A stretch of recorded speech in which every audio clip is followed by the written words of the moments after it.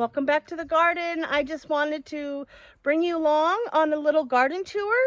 I officially have the whole spring garden planted, except for one little section that I'm waiting to plant some green beans in until I can get the upper section tilled and plant more green beans. Anyhow, I am going to bring you along.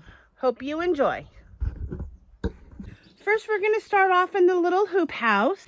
And in the hoop house here, we have just the Bonnie Best tomatoes that I planted. And we have 12 tomatoes all the way around. This seems to be the smallest one, but I had to trim it back quite a bit. And then I have a rogue chamomile over there. In the back here, I have started some tomatoes and peppers. I believe I did that in a video a couple videos ago. I don't know if you can see that in there. Yep, there's some tomatoes and peppers. They just sprouted today, so happy birthday to you.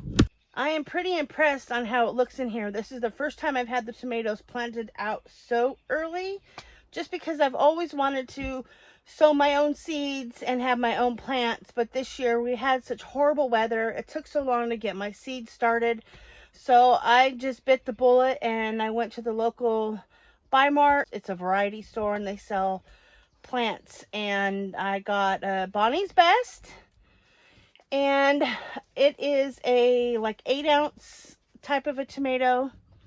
Well, we live in the Pacific Northwest and the larger beefsteak tomatoes don't always do so well because our growing season is quite long, but the heat that we have in our growing season is not always conducive to growing large tomatoes. So the Bonnie's Best, I hope, will do really well in here. I have a feeling I'm going to have tons of tomatoes to make bunches of good stuff in the kitchen that hopefully by then I'll be able to bring you along and show you some awesome culinary recipes that I have.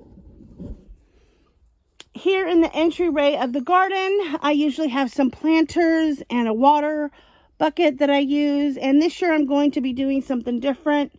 I'm going to do a mock of a patio and have vegetables and flowers grown in containers to try to give an example on what a person might be able to do on a patio if they have a small space or even on a deck. And so I'm pretty excited to share that little garden series with you.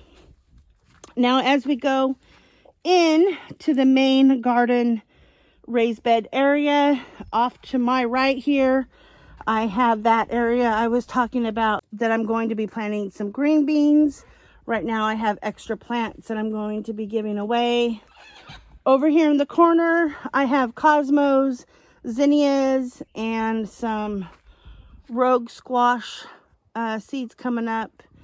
And I just planted Gerber daisies. I hope I put them outside in the right spot. I'm not too sure. Now along this row here, all the way down, I have red and green cabbage. I kind of alternated them to have a little bit of fun. I do have some sunflowers that came up in the back. I think there's like 3 or 4. And in front here, I have some beets that I planted. I think you can see those sprouts right there. And those should be plenty grown up and done with by the time the cabbage are in full swing. In the back there, I planted a wisteria, and hopefully it'll grow up this pole here. I'm sure it will. Trying to keep it tamed will be a challenge. And then in this little section, I think I have like 7 kohlrabi.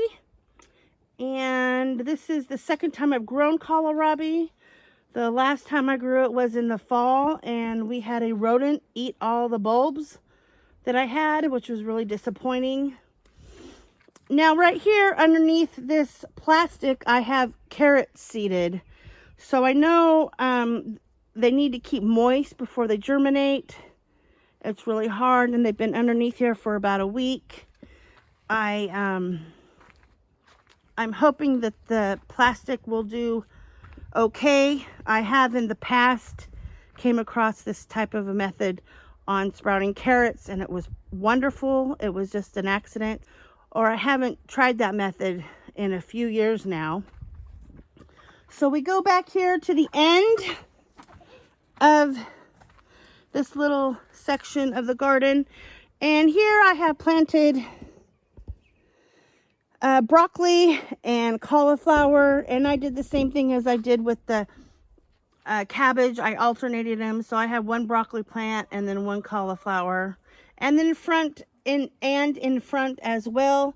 Here I have 2 rows of beets. Both of them are cylindrical beets, and they go right out to about here. And the cabbage or the cauliflower and broccoli go all the way down this aisle of the bed, and then back there I have a kale and Swiss chard. And in the front here I have more beets planted. It looks like I just have my first little sprout right there, and they are golden. It's a golden blend of beets, so that'll be quite fun to have. And then right over here is kind of like my little herb section that I have had in the past. I ended up getting these strawberries from somebody about 5 or 6 years ago, and they just keep multiplying. But look at all those blooms. Now, this is the first year I've had that many blooms on these strawberries, and I almost ripped them out. I'm glad that I didn't, because I'm super excited. It's crazy. This is the second year on these strawberries that are in this container, and they are just full of blooms. So now if I can keep the dogs from eating the red strawberries, that will be great. That seems to be one of their favorite things to do. I'm not sure why. When I have my back turned, they jump up there and they take the strawberries. I have crazy dogs. And in the back I have some thyme, some sage, and some oregano. I'll be pulling those out and transplanting them in something else. I'm going to be using that pot, I think, to plant salad greens in the little section that I have set up for the patio garden. And right over here in this pot, I have the lemon balm. I am going to take these strawberries out of this big pot here. I'm not too keen. It's actually a crazy pot. It's made out of like heavy duty styrofoam. It's really weird. It's super old and it's held for a long time. But I'm just ready to pull that out and do something different. And I'm not sure what I'm going to do with this whole section here. I have thought about doing a little spiral, but then I think I might just plant flowers. I think that would be nice to come into the garden with a little flower garden. So, oh, and right here I have different plants that are being staged to go out. I have a hollyhock in the back. I believe this is horseradish. And this year I have got so many little sprouts of chamomile. I have chamomile everywhere. I have it in the walkway, all over. Look at all that. And I've already separated a whole bunch out and given a whole bunch away. Anyways, I could probably just make that whole little section over here with chamomile. I really enjoy the tea. That's a thought too. Well, I guess it is a flower, so I can use that as well. So I'm going to go up to the upper garden, and I'm going to show you what we have planted there. And I guess that'll probably be about it for this little mini garden tour. So I have this section that is right outside of the garden. This is not deer protected, so we try to plant stuff out here that the deer don't really have any interest in. We have the rosemary. They seem to not like rosemary. That's what I've read, and obviously they have not chewed that down. Last year we had squash out here. Deer don't really like squash plants, and they did all right.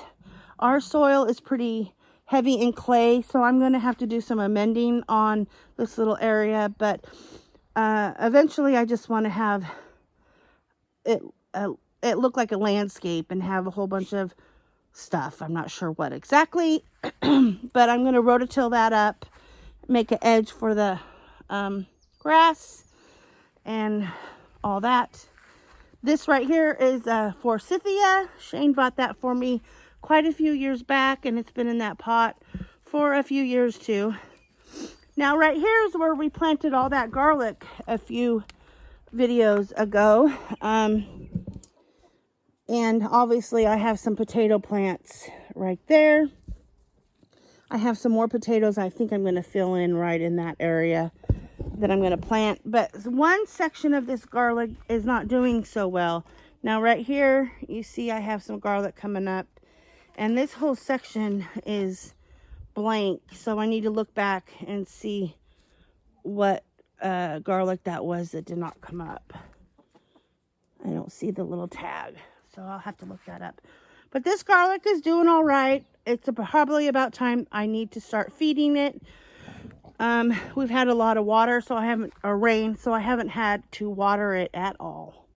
So now up here, I have planted peas in this little raised bed that we made here, and in these pots, one on each side. Now, in this pot here, I have a shelling pea, and all the rest of these peas down here are sugar snap, Oregon sugar snap peas. I saved the seed on those, and then I planted them. And in front, I sowed a heavy dose of marigold, so I could probably transplant some of those out in some other places in the garden. Now, I keep taking soil from the center and putting on top of these peas here. Hopefully that's good enough. And that's about all we have for the pea section.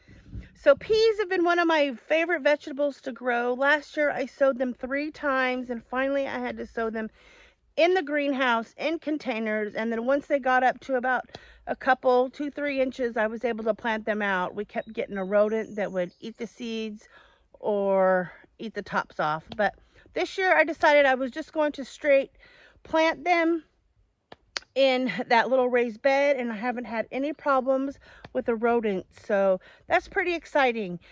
So anyways, I am so glad that you came to this video, and I would appreciate if you would like, subscribe, and share, and I hope you all have a wonderful day. Bye-bye.